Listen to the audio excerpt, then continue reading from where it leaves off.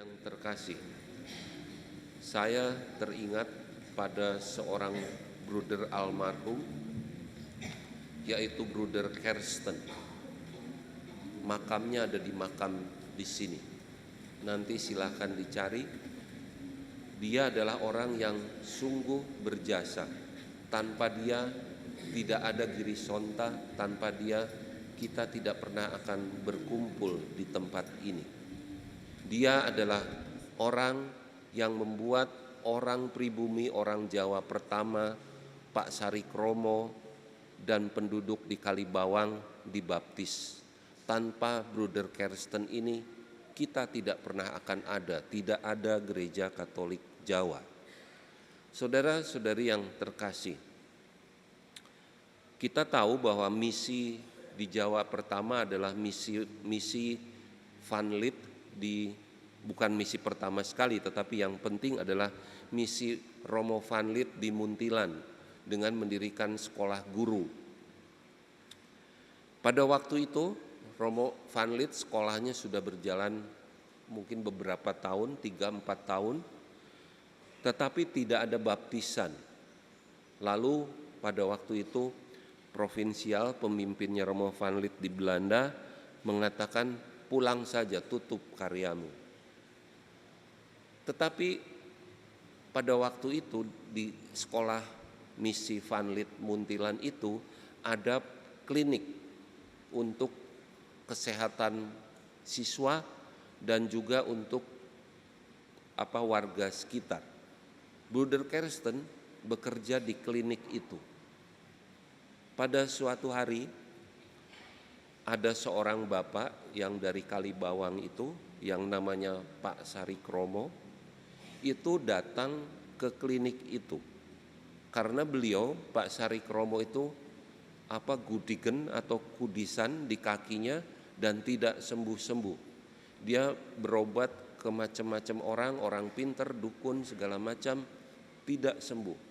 Dan dalam suatu mimpinya dia diarahkan untuk ke Muntilan, kurang lebih ketemu orang putih katanya. Datanglah Pak Sari Kromo ke klinik itu. Dan Bruder merawatnya dengan baik. Sehingga Pak Sari Kromo itu tersentuh. Ini orang bukan apa-apa saya, kenal saja tidak. Tapi kok dia merawat saya seperti bapaknya sendiri. Pasti orang ini punya ilmu. Aku pengen ngelmu itu. Nah, singkat cerita tentu ada dialog dengan bruder itu. Pokoknya singkat cerita akhirnya terjadi proses kateksasi di Kalibawang yang diajar oleh Van Lith. Pak Sari Kromo dengan mungkin saudara-saudara sekampungnya, beberapa puluh orang pada waktu itu. Dan akhirnya saya lupa tahun persisnya, tapi di buku Baptis Muntilan itu ada Pak Sari Kromo dan saudara-saudara dan teman-teman sekampungnya itu dibaptis, yaitu di Sendang Sono itu.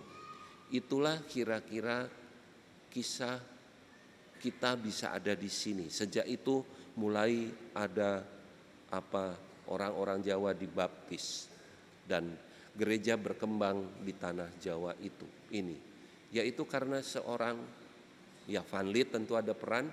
Tetapi tanpa Bruder Kersten tidak ada orang Jawa pertama yang dibaptis. Apa yang dibuat Bruder Kersten? Hanya sederhana, dia hanya dengan setia melakukan tugasnya mungkin sebagai perawat, sebagai orang yang tahu medis saat itu, merawat Pak Sari Kromo. Lalu dari sana karena ada ketersentuhan hati, terjadi proses yang akhirnya terjadi proses pengajaran agama, kateksasi, akhirnya gereja Jawa berkembang. Nah, saudara-saudari yang terkasih, kenapa saya bercerita ini? Ya tugas kita tuh hanya seperti itu kok, tidak repot-repot. Apapun yang kita punyai, kalau kita melakukan dengan sungguh-sungguh, dengan penuh kasih, itulah mewartakan Tuhan, itulah mewartakan kasih. Maka saya mengingatkan kita semua, juga termasuk saya, buatlah hal-hal kecil yang sederhana dengan penuh kasih kepada siapapun di sekitar kita. Dan itu kita butuh roh Tuhan. Kerap kita tidak mampu. Kerap kali hati kita penuh kebencian, penuh kejengkelan, penuh kemarahan. Bukan kasih yang keluar dari hati kita.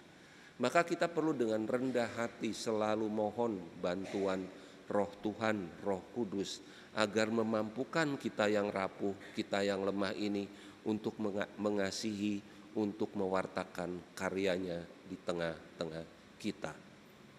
Mari kita mohon rahmat agar kita bisa meneladan Tuhan dan juga meneladan Buder Kersten. Kalau ingin soan Buder Kersten silahkan ke makam.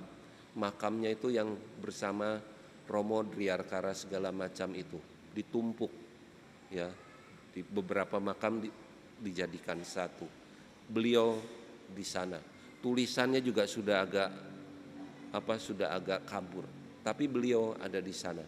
Mari kita bersyukur atas teladan iman yang diberikan oleh Bruder Kersten, sehingga kita gereja Jawa ada sampai dengan saat ini.